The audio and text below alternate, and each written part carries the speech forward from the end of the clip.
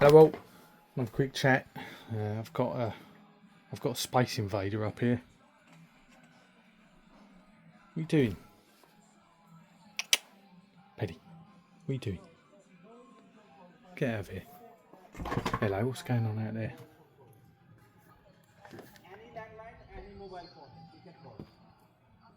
Alright, it sounded like someone was kicking off. Nosy neighbour routine. My name is Michael Payne. Right, enough. Let's get this car wreck back on track. Right, I'm not showing off all my shit. A bit like the Switch collection, I'm kind of looking at a bit of a thin out. And so yeah, some of these mini consoles, I did buy these in good faith. I didn't intend to buy them and flip them, but I find that some of them I use a little bit, or I have. Some of these, right, so the Mega Drive 2, PlayStation. Yeah, I think it's just those. Right, these three have never been out of the box. Never been out of the box. Value on that has shot up. That has just kind of held its price. You know, same price you would have paid for it on Amazon when it come out, but that one has definitely shot up. I hear the hardware, I think that's got a bit more power than that one did.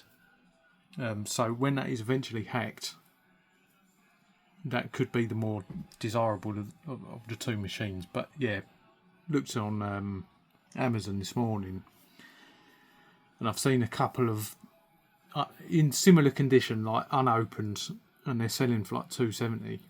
I think there's one left on Amazon, which is like 310 quid. Like, they must make these in like limited numbers, and when they're gone, they're gone. Just a bit of a shame. But what I'm finding is that I just don't really use these. I just like using original hardware, old consoles, old TV. Right, this is a keeper because I'm probably unlikely ever to own a PC Engine. I haven't got any sort of hankering to pick one up, and I do. So this is my means of playing PC Engine, and quite enjoyed playing a few of the games back in the day. Me and James Flashback TNT used to set each other challenges. I think he pretty much kicked my arse on all of them. PlayStation Mini. I wish I'd picked this up when the price like nosedived to 25 quid. But once it was hacked and it became a bit more desirable, the price shot back up. NES Mini, that was the one that kicked it all off, weren't it? And then the improvements to the Super Nintendo Mini were pretty good, like longer cables, a second control pad. I think the SNES Mini is a keeper. Could be looking at thinning out. The NES Mini, got no need for it. I'd rather play an old NES. Mega Drive 1 and 2 could be up for the chop. And not too sure. But yeah, PlayStation as well. Again, it's unopened. I just like playing. I like playing the old stuff. And yes, I can hack these. I'd have access to the full library. But then the decision fatigue just kicks in for me, and I don't end up playing anything. I just like having a small library of games that keep me coming back. And of course, there's always the EverDrive route as well. And then 2600 plus, slightly different in that obviously, yes, there is an element of emulation with it, but it does play the old cartridges as well. So it's kind of like a modern take on the console. It is, yes, there's a little bit of emulation taking place, but I still see that as kind of distinct from this stuff. So yeah, just nice to capture what I've had.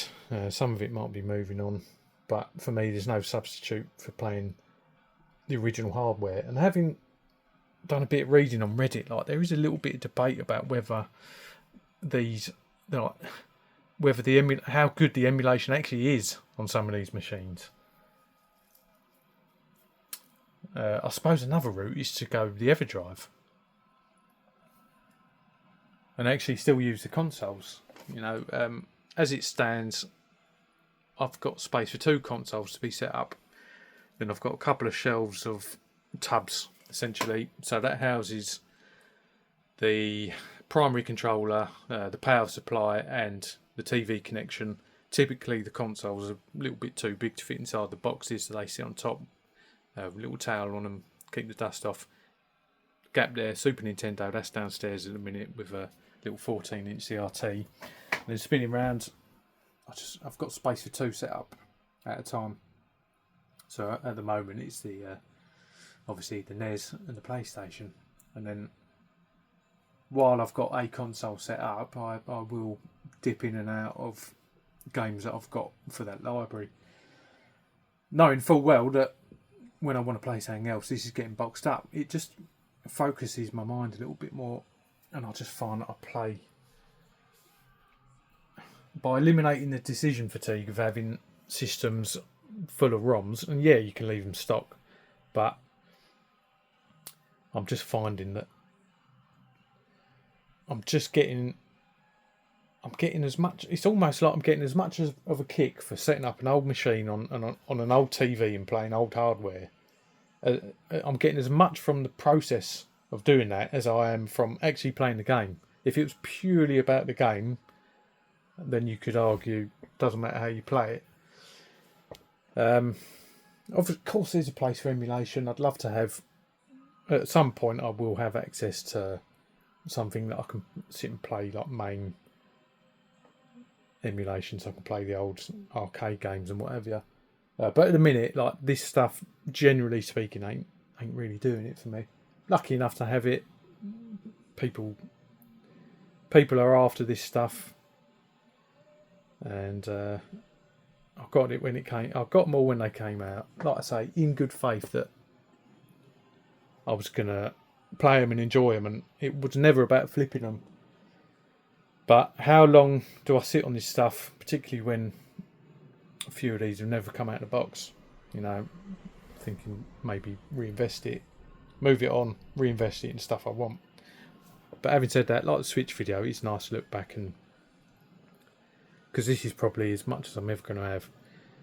And if you know, once I've thinned some of it out, I can look back and remember what I had. I suppose that's what this channel, this scruffy low rent channel, is all about. It's just about capturing some memories. So yeah, that's it. Cheers.